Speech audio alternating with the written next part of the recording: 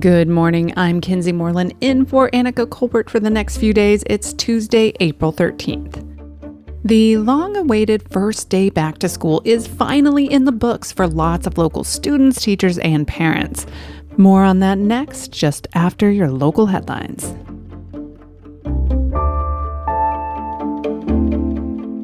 There are two opportunities today to get the vaccine without an appointment, at the Borderview YMCA and at the Mountain View Educational Cultural Complex.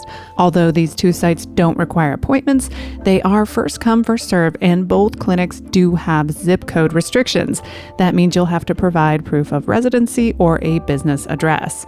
Meanwhile, due to supply shortages, the Del Mar Fairgrounds Vaccination Superstation will be closed Wednesday, April 14th, April 16th, 17th, and 18th. Patients who have appointments scheduled on those dates will be rescheduled automatically through the MyTurn online appointment system. For too long, San Diego's Black community has felt disenfranchised and disregarded. Yesterday, Mayor Todd Gloria announced a policy plan for San Diego's Black community meant to fight systematic racism in the city. I want to amend that. I want to say that they have felt that way, but it's also been true in fact, and we have to change that. The mayor says the plan will focus on housing, economic mobility, the effects of climate change, police reform, educational barriers, and differing health outcomes in the COVID-19 pandemic. And San Diego Restaurant Week is underway. The 8-day edible extravaganza runs through Sunday, April 18th, and it features over 160 local restaurants offering variations of prix-fixe menus at more affordable prices. From KPBS, you're listening to San Diego News Now. Stay with me for more of the local news you need.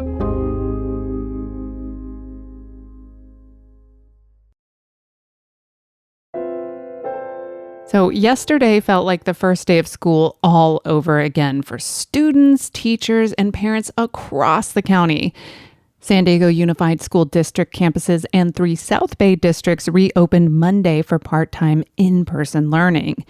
KPBS education reporter Joe Hong has the story. For the first time in over a year, Kate Chasen is leaving her house and heading to school. I'm feeling good. Now that I'm in my clothes, I have my bag, I have my travel mug of coffee, I'm ready to go and just be at school. Kate is a 17-year-old junior at Canyon Hills High, formerly known as Sarah High School in Tierra Santa. She's one of the approximately 50,000 students in the San Diego Unified School District who are at school Monday for part-time in-person learning. It kind of feels like the first day of school. It feels like I'm in September, but it's April, which is a little weird, but I'm ready to go back. But that doesn't mean things are back to normal. The district has strict health and safety measures in place, and students won't yet be able to hug their friends or teachers who they haven't seen since the pandemic first shut down schools in March 2020. Chasen said she expects to feel very isolated on her first day back. And very lonely, but also very short. The school day's shortened, so I'm looking forward to that.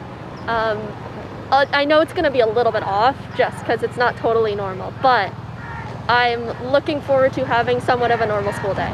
Meanwhile, City and San Diego Unified officials were at Encanto Elementary School Monday morning to celebrate the reopening of campuses. Superintendent Cindy Martin today thanked both teachers and the staff working behind the scenes to ensure schools are safe. And you see with me, district staff, whether it's food services, landscaping services, custodial services, getting teachers prepared for online learning through professional development, doubling down on our commitment to equity and making sure our teachers are prepared to teach our students and give them what they need, when they need it, in the way that they need it, when everything around them has changed.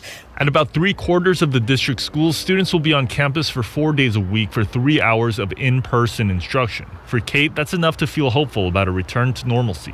I'm so excited. I'm excited schools are reopening. It's about time. It's April. I'm ready. Let's go.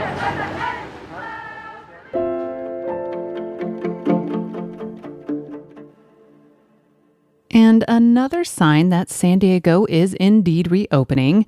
Yesterday, SeaWorld officially opened their rides and roller coasters. KPBS reporter Matt Hoffman says the park is hiring back staff with plans to ramp up more this summer.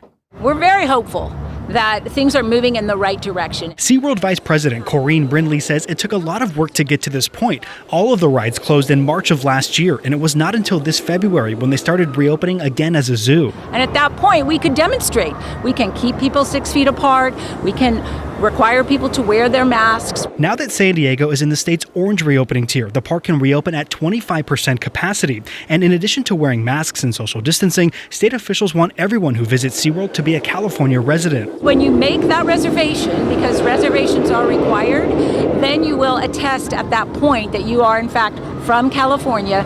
Not everyone at the park Monday was a state resident. We spoke to some who said they were visiting from places like Arizona. Officials are hoping people will be honest when buying tickets.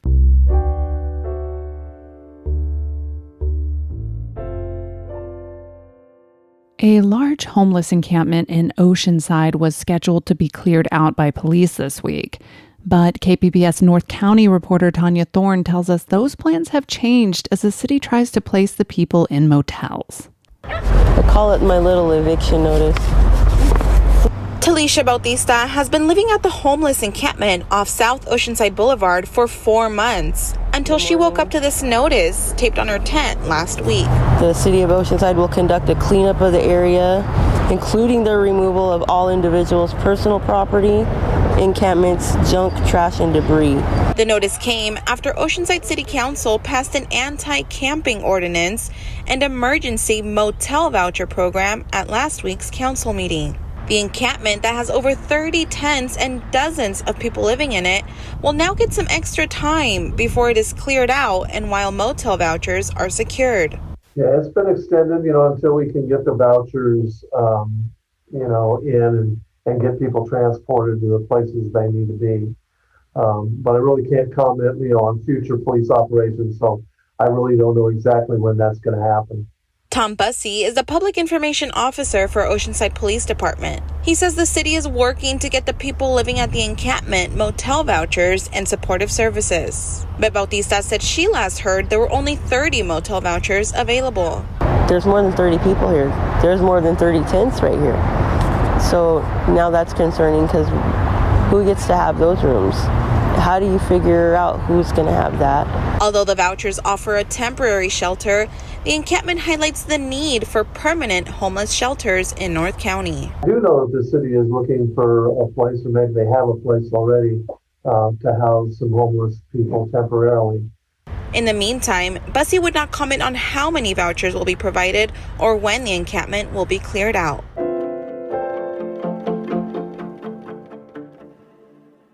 A new shell awaits discovery on the San Diego shoreline.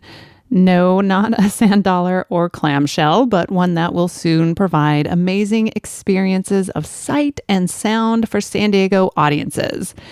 KPBS reporter John Carroll explains. The familiar opening strains of Swan Lake, performed by the San Diego Symphony, part of a special presented by KPBS and the Symphony in 2019, one of the last performances at the old stage at Embarcadero Marina Park South. Its replacement, known simply as the Shell, will debut later this summer. It's magnificent, it's elegant, and it is ours. It is San Diego's. San Diego Symphony CEO Martha Gilmer says the Shell will offer audiences delights for the eyes, courtesy of a state-of-the-art lighting system, and sound that comes from massive speakers on stage, but also speakers on towers out in the audience. Those speakers are surround speakers, create a surround sound for the audience. You'll feel enveloped. And also there's a delay in it so that you will have a synchronized present sound. The $85 million price tag was paid for almost entirely by donors. An opening date hasn't yet been set, but Gilmer says it will be no later than August. And coming up, Monday finally marked a return to normal for students, teachers, and parents of San Diego Unified. But actually, it was not normal, but maybe a new normal that involved returning to in-person school for lots of kids, but with new safety rules and other adjustments. That story after a quick break.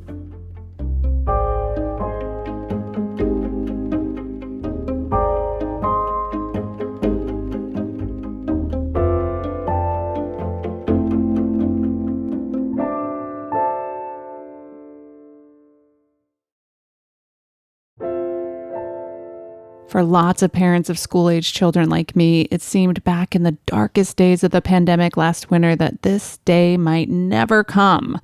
But yesterday, it finally did. San Diego Unified, the county's largest school district, joined many other schools and districts across the county and reopened the school doors. But most students won't find things exactly back to normal. There's a shortened school week, many safety precautions, and some students still learning remotely. But it is closer to a post-pandemic world than we've seen in a long time. As the reopening gets underway, many students will begin to assess how their learning has been impacted by the school shutdown over the past year. KPBS asked 17-year-old Canyon Hills High School junior Kate Chasen to share her thoughts on going back to school. I think the first time that it really hit me that the pandemic was going to change my learning for the foreseeable future was when our school district shut down for 6 weeks to try and figure out what they were going to do. There were so many moving pieces that they needed to figure out. And then once the 6 weeks were up and we were supposed to supposedly go back after our extended spring break, still nothing had been figured out. And just the fact that I was in ambiguity until June when the school year ended, it was insane for me to just realize, oh, this is really going to be a long-term effect on my education.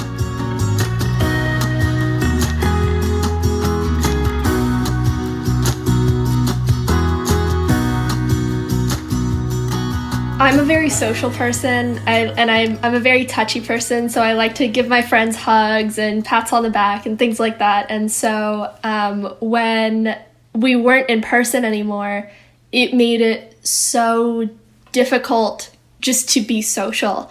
And luckily now we've all adapted to it. We're using Zoom, we're on phone calls, FaceTimes, texting, things like that. But in the beginning, just so many little elements of my school day that were so normal, all of a sudden we're speeding by in the rearview mirror, like that's not a thing that's going to be happening anymore.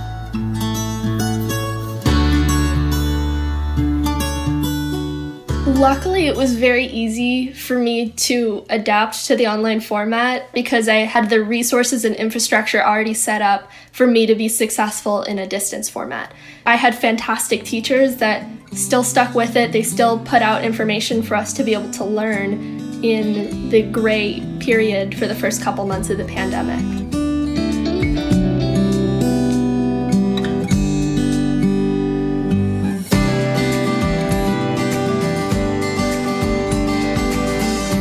I think the missing piece in school and also just in life in general that the pandemic has caused, just there's a missing social aspect to it.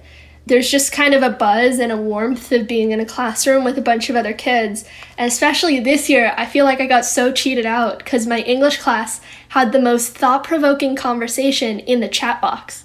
And just imagining how much more I could have gotten out of that class had we been in person, if we were all sitting in our chairs in a circle having a dialogue about social issues and things. Just there's an energy that comes from being in the classroom that was absolutely lost this year. And I feel like I learned less in those classes because the environment was very cold and, I guess, sterile, for lack of a better word.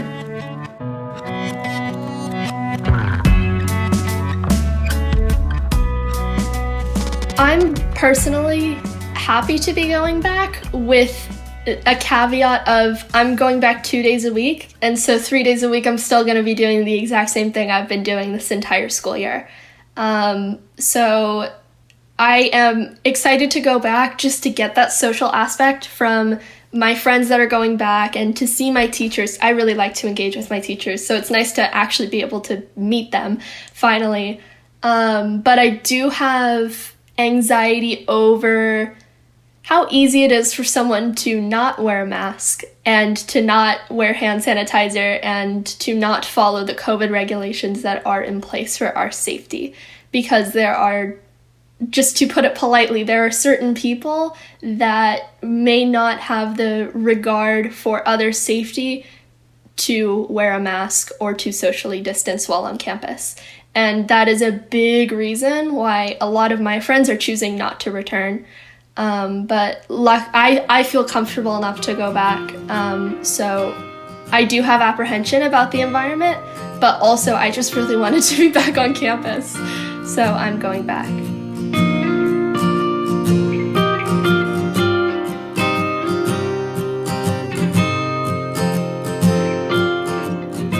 I'm definitely looking forward to going down that social vein, just the little things that come with being in person. So like a mild acquaintance of mine will wave at me in the halls and I'll be able to wave back at them and say hi.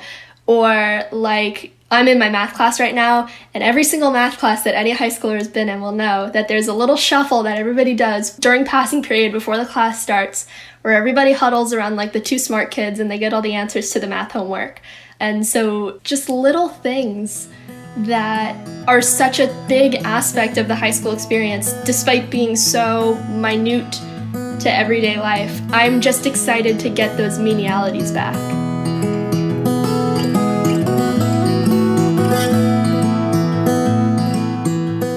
That was Canyon Hills High School junior Kate Chasen, who returned to campus for in-person instruction today.